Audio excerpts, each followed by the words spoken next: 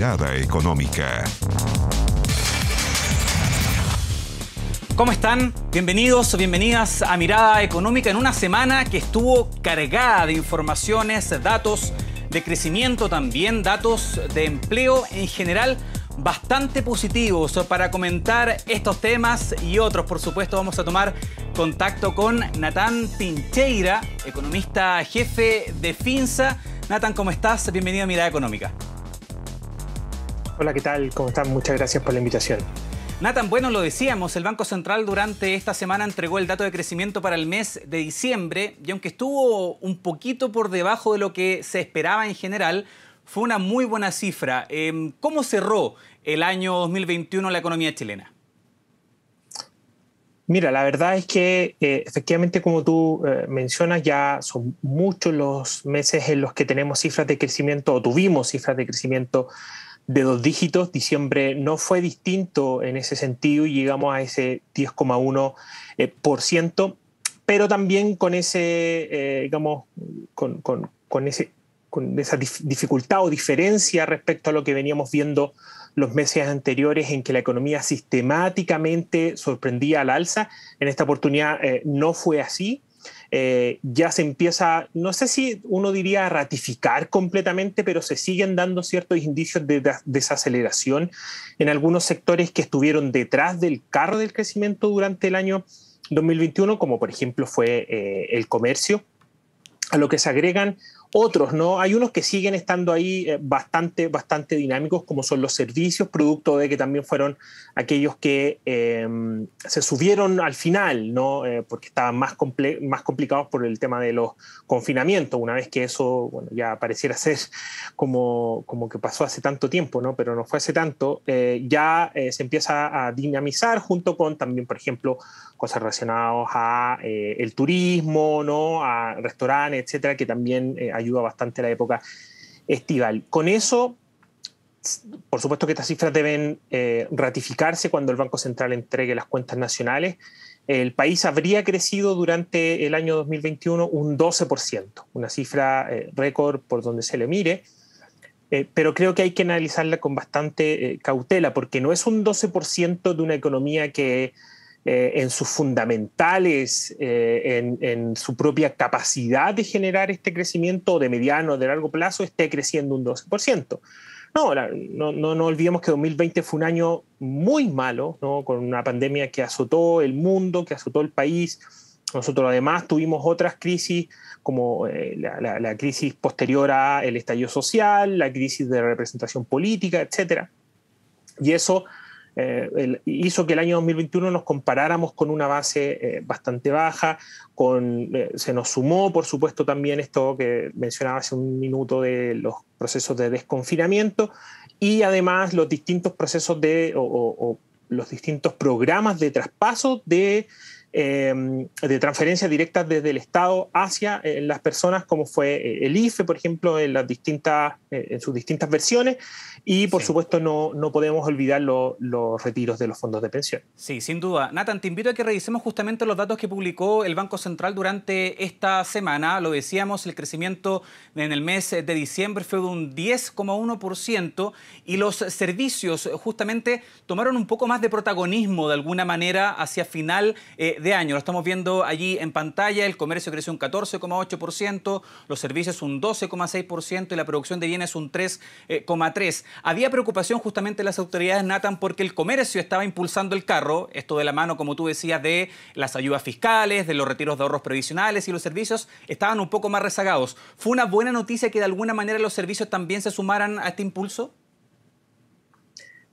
Sí, por supuesto, porque servicios además tiene una incidencia mucho más importante que comercio dentro de nuestra economía. Ahí, por ejemplo, una ponderación mucho mayor, claro. Así es, la gráfica que mostraste es súper interesante porque uno podría decir, comercio es lo más importante porque fue la tasa de crecimiento más alta, y no es así, ¿no? Ese 14,8% incide como un tercio de lo que incide servicios, con un 12,6% en la tasa de crecimiento final, ese 10,1%. Y no olvidemos que comercio hace un par de meses estaba creciendo 40, 50%, ¿no? Entonces, cifra histórica, mes contra mes, digamos. Así es, entonces sin lugar a dudas que ese 12% que continúa, servicios creciendo, de hecho fue la única división o el único sector de la economía que efectivamente mostró un crecimiento versus lo que veníamos viendo el mes anterior. Todo el resto cayó, entonces en esa línea vamos a tener probablemente un comienzo de año en la misma línea, basado todavía en servicios que siguen en el margen recuperándose después de un año 2021 muy malo, y vamos a ver cómo resiste comercio, ¿no? Por supuesto, con todavía un impulso que no es menor, pero que se va a ir agotando, que se ha ido agotando, y en un año 2022 en que ya nos vamos a tener gran parte, yo diría la gran mayoría de las transferencias que hubo durante el año 2021, y tanto por este gobierno como por el gobierno entrante se ha planteado que no se visualizan nuevos retiros desde los fondos de pensiones. Así es. Natán, tú también lo comentabas en una respuesta anterior. Te quiero invitar a que revisemos la siguiente gráfica que muestra el desempeño de la economía durante todo el año 2021, y vemos efectivamente que comenzó el año con cifras negativas, básicamente por la base de comparación, ¿no? Pero luego, a partir de marzo, empezamos a ver un crecimiento sostenido, y desde abril y hasta el mes de diciembre se completaron 9 meses consecutivos de crecimiento en 2 dígitos, llegando al 20,6% en el mes de junio. Un panorama que tú nos decías hay que esperar para que se confirme. El Banco Central en el mes de marzo entrega cuentas nacionales, pero la economía habría crecido en torno a este 12%. Claramente, Nathan, y expliquémosle a la gente, estos números son muy difíciles de que se puedan repetir durante este año, ¿no? Sí, muy difícil, básicamente por no decir imposible, digamos. A ver, uno en economía no es bueno decir imposible. En fútbol tampoco nunca se puede descartar, ¿no? Sí. Las cosas, pero sí, o sea, la probabilidad es muy baja. De hecho, lo más probable es que nuestra economía este año, acercándose más a crecer lo que debemos crecer, y tal como el año 2021 tuvimos muchas cosas a favor, el año 2022 vamos a tener menos cosas a favor, ¿no? Vamos a tener que compararnos con una base más alta, no vamos a tener estos impulsos que mencionaba anteriormente de transferencias desde el Estado. El Banco Central, no olvidemos que ha venido subiendo la tasa de manera bastante significativa. Hace no mucho teníamos la tasa en 0,5, hoy día la tenemos 5 puntos porcentuales más que eso. Eso, sin lugar a dudas, que bueno, para frenar el proceso inflacionario que estamos viendo en la economía, pero gran parte de ese efecto es frenando en algo esa alza bastante súbita que tuvo el consumo.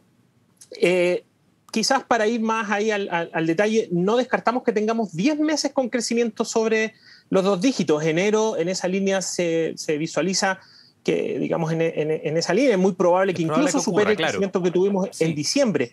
Pero de febrero en adelante la cosa va a ir disminuyendo bastante, y de hecho desde el tercer trimestre en adelante las cifras lo más probable es que se parezcan a 3, 2%, no descartando que a final de año podamos tener tasas de crecimiento o de decrecimiento, ¿no?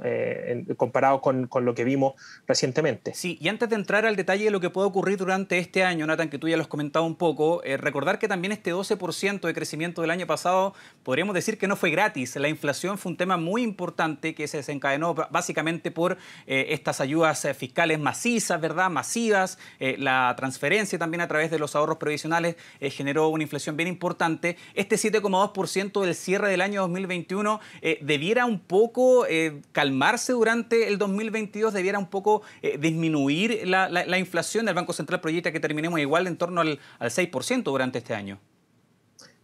Sí, mira, efectivamente el proceso inflacionario se dio de manera también bastante rápida por un montón de factores.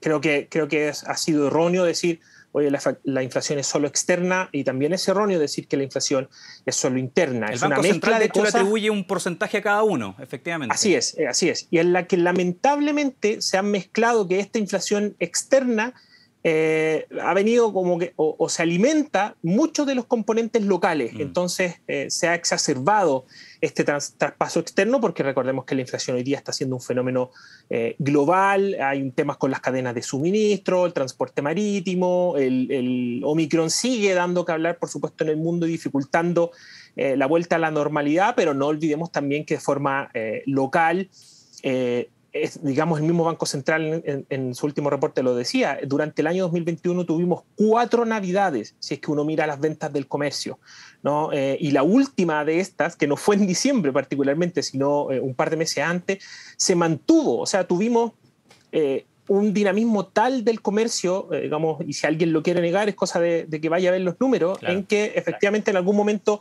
ese aumento de demanda, junto con la dificultad que tiene la oferta para hacerse cargo de esa demanda, se transformaba en incremento de precios. Si es que a aquello le metemos el nunca bien o el invitado de piedra, que es el precio de los combustibles, ¿no? Se forma un cóctel como el que tuvimos y que nos hizo cerrar la inflación sobre el 7%, que lo más probable es que se siga manteniendo en esos niveles durante la primera parte del año, pero de nuevo, tal como mencionaba, para el crecimiento desde el segundo semestre del año 2022, lo más probable es que venga cayendo. No va a caer dramáticamente, digamos, y vamos a llegar al 3% a final de año. Lo más probable es que eso no ocurra y estemos más cerca del 4, 3,8 es lo que nosotros estamos pronosticando, pero sí, o sea, en algún momento esa desaceleración, esa ausencia de parte del consumo de las personas y esas presiones debería ir amainando los precios. Por supuesto, vamos a ver lo que pasa con estos factores de riesgo, como lo son los precios externos, Omicron y, sin lugar a dudas, el precio del petróleo. Sin duda, son muchas las variables que van a influir en cómo se desenvuelve la economía durante el año 2022. Son temas que vamos a seguir hablando aquí en Mirada Económica. Hacemos una pausa en la conversación, Nathan, pero antes les quiero contar que mientras el mundo toma decisiones para reducir las emisiones de carbono, la demanda de recursos esenciales crece. El desarrollo sustentable no es fácil, pero recursos como el cobre que produce BHP en Chile ayudan a que sea posible. Si quieres saber más sobre el futuro, visita bhp.com/mundo mejor. Pausa en Mirada Económica, ya volvemos.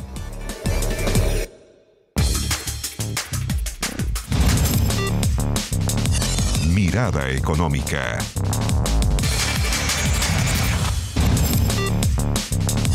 Mirada Económica. Ya estamos de regreso y estamos conversando con Nathan Pincheira, economista jefe de Finsa. Nathan, lo comentábamos al inicio de la conversación, tuvimos datos también de empleo que fueron bastante positivos en general. Te quiero invitar a ti y a ustedes a que revisemos también la siguiente gráfica que muestra que el desempleo en el trimestre octubre-diciembre del año 2021 llegó al 7,2%. Eso significa que un poco más de 672.000 personas están desocupadas, es decir, están sin empleo y están buscando uno, y la cantidad de ocupados llega a los 8.678.000 personas, un número importante. Se han recuperado gran parte de los empleos perdidos durante la pandemia, pero atención con el dato de que casi 2,5 millones de ocupados son informales. Nathan, ¿cómo tenemos que leer justamente estos datos? Lo decíamos, se han recuperado empleos perdidos durante la pandemia, algunos estiman que quedan cerca de 400.000 por recuperar. ¿Cómo lo ves? ¿Estamos avanzando de alguna manera a paso firme en esta recuperación o también estamos viendo una cierta desaceleración? Bueno, yo creo que hemos visto justamente una mejora en el mercado laboral durante los últimos meses. Creo que gran parte de la caída de las tasas de desempleo que observamos a mediados de año no necesariamente eran una buena noticia, sino que respondían más bien a salida de personas del mercado laboral y no necesariamente una generación de puestos de trabajo. Por eso siempre llamamos a mirar más indicadores, más índices que solamente la tasa de desempleo. Así que muy, muy bienvenidos los números que pusieron ahí, porque sirven para tener una idea adicional de lo que ocurre en el mercado del trabajo. Lo mismo, por ejemplo, en las remuneraciones, en las horas trabajadas, etc.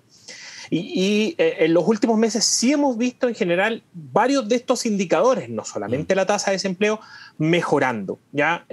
Por supuesto que, y tal como ocurría con la actividad, los procesos de desconfinamiento fueron claves en ese proceso.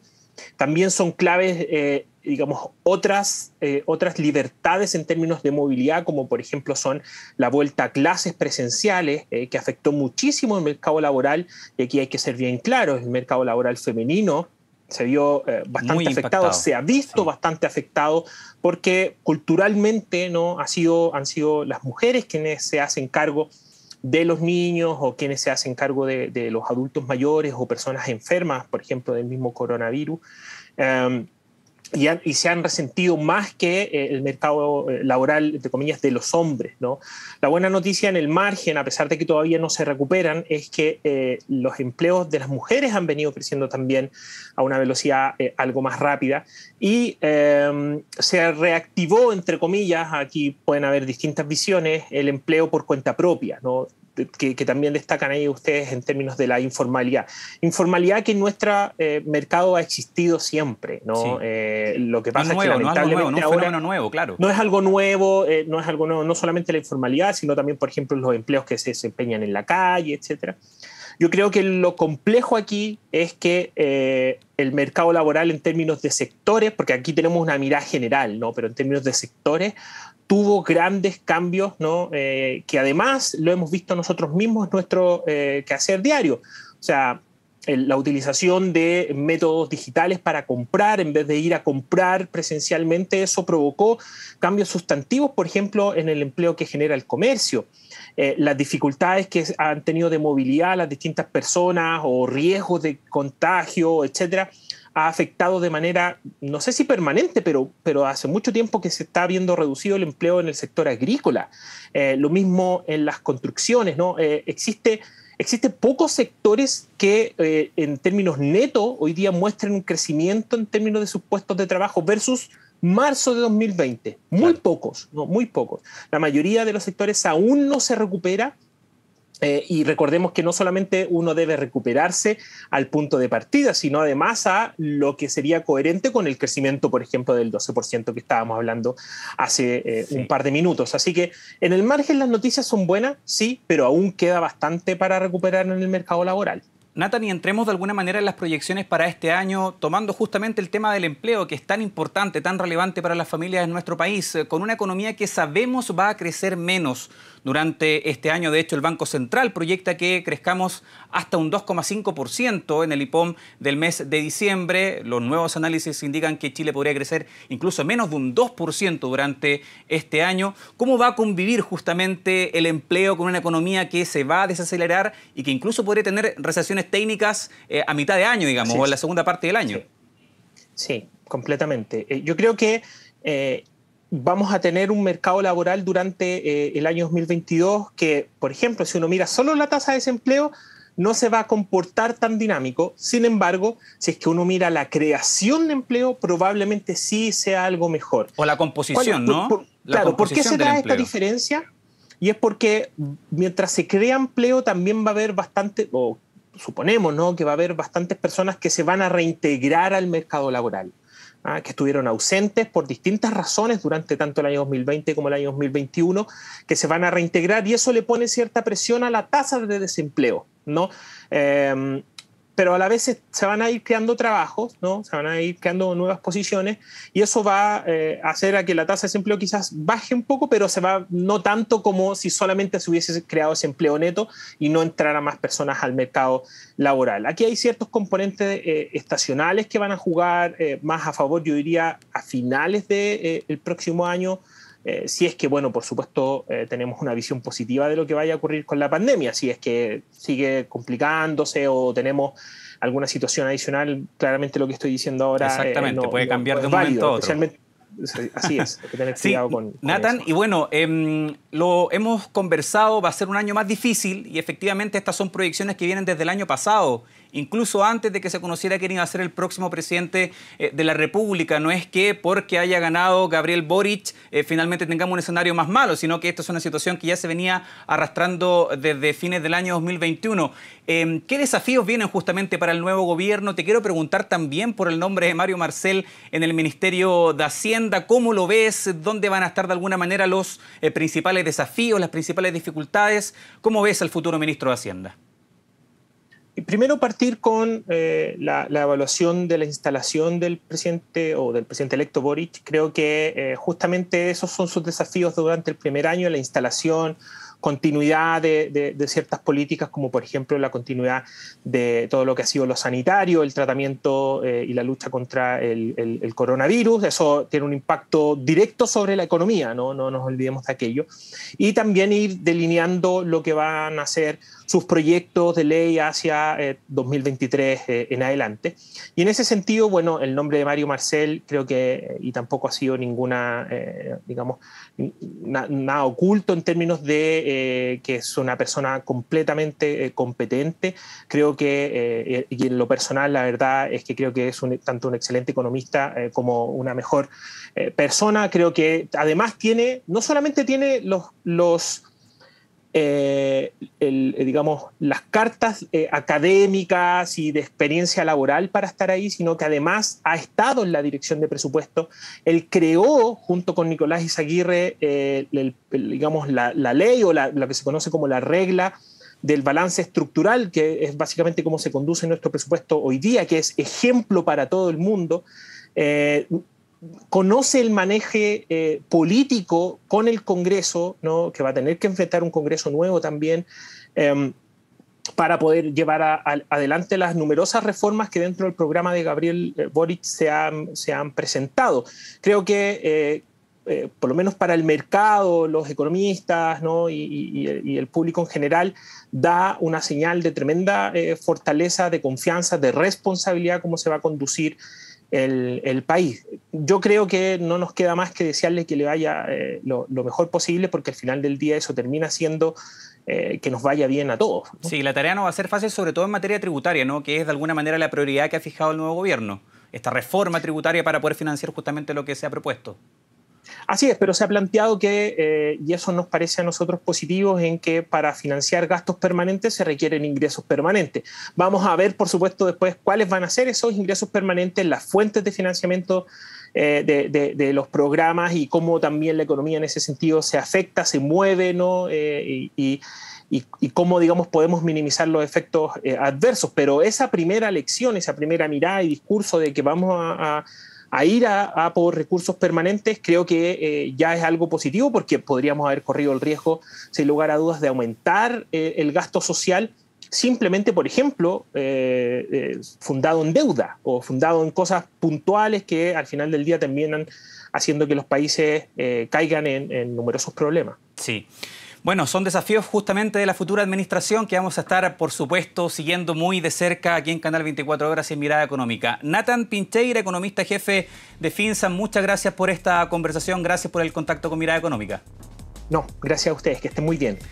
Y a ustedes, muchas gracias por la sintonía y la invitación, como siempre, esa que continúa aquí en Canal 24 Horas.